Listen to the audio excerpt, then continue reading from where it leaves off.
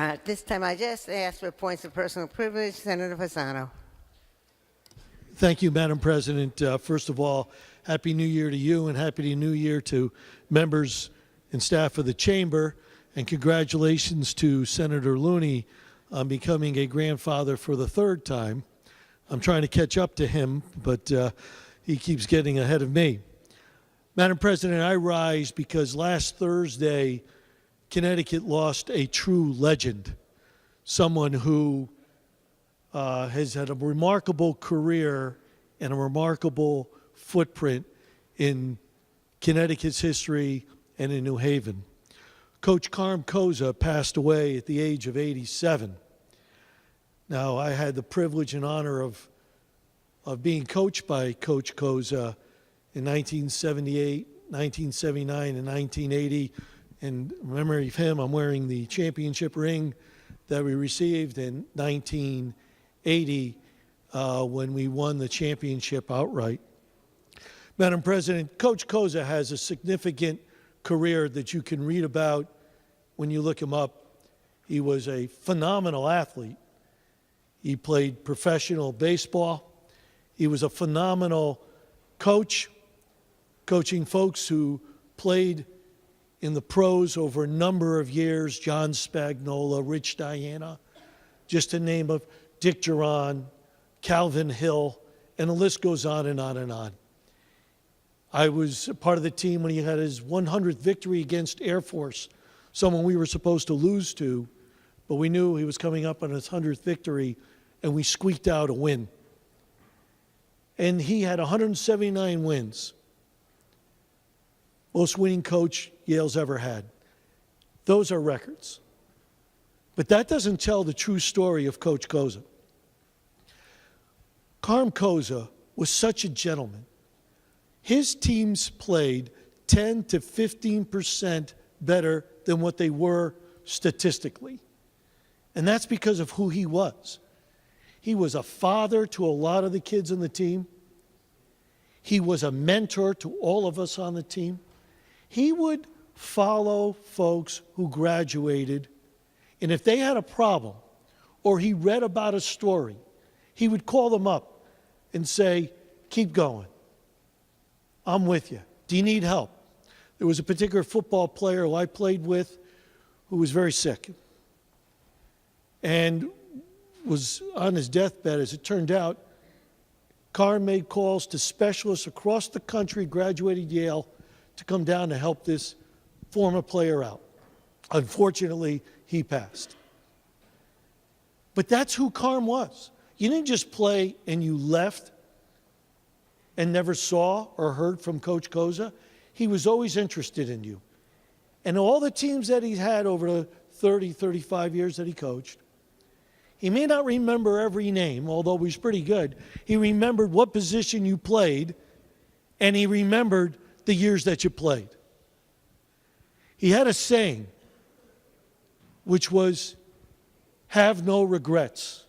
So you went out on the football field, his argument was, have no regrets. Don't walk off that field and say, if I made that block, if I ran a little faster, if I did my assignment, if you lost the game, you went back and you reminisced and said, if I did that, maybe we would have won. He said, have no regrets. Do the best you can. Play 100%. Win or lose. At least you know at the end of the day, you could put your head on the pillow and said, I did the best that I could have done. And he would always end with, go out there and play with no regrets. It's something I carry with myself today. Do the best you can, as hard as you can do. And where the chips fall, they do. But you know inside, you did what you could do. Carm was a family man. Every game, his family came to every single game. Rain, cold, away, home, it didn't matter. They came to every single game. He's a very religious guy as well. He was someone that was respected not only by his team, but by the coaching industry as a whole. Just two stories. One, he had a terrific sense of humor. Terrific sense of humor. On Sundays, we would meet as a team, and Coach Koza would talk to us about the game. So the team was here, there's the coach, and behind him was a box. And inside the box, one of the players got inside the box and hid. And as Carm was talking, he'd poke out like a jack-in-a-box, look down, and go back down. And we started laughing. And Coach Koza was looking around trying to figure out what we're laughing. Corner of his eye, he caught the player doing that. So he casually went over and sat on the box. And the player couldn't get out of the box, and he kept pushing it. He knew when to have the humor to break up the intensity. He's a phenomenal guy. I will miss him, but I'll carry with him those values that he instilled in me as a player, and those values that I know everybody that ever had the opportunity to play under him will continue to carry inside his soul. He said one other thing. When you put on a uniform, it doesn't matter what your economic strata is. It doesn't matter what your background is. It doesn't matter what your race is or what your religion is. You are a team member. And once you put on that uniform, everybody plays as one unit. And that is so, so true.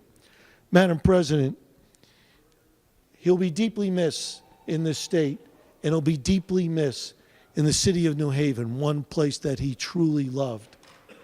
Thank you, Madam President. Thank you, Senator. Senator Looney. Yes, thank you, Madam President, for a point of personal privilege. Just following up on Senator Fasano's comments. Please proceed, sir. Coach Carm Koza was really an institution not just at Yale, but in the greater New Haven community, that he was so generous with his time to speak and attend sports banquets and do a lot of things at the request of the high school coaches in and around greater New Haven to add prestige to their events and team dinners by being a guest speaker and by just seeing his mission as going far outside the campus of Yale and his duties at Yale per se to be a leading citizen in the greater New Haven community. And that was both during the 32 years that he coached and in the 30 years or in the more than 20 years since his retirement as coach, that he's a loss, of course, not only to the university, but to the entire greater New Haven community and really the state of Connecticut, because as Senator Fasano said, he was a model of what coaching and mentorship should be in the modern age, when unfortunately we see more bad examples than good. Thank you, Madam President. Thank you. At this time, I'd ask if we'd all stand and give a moment of silence for a great coach and a great person.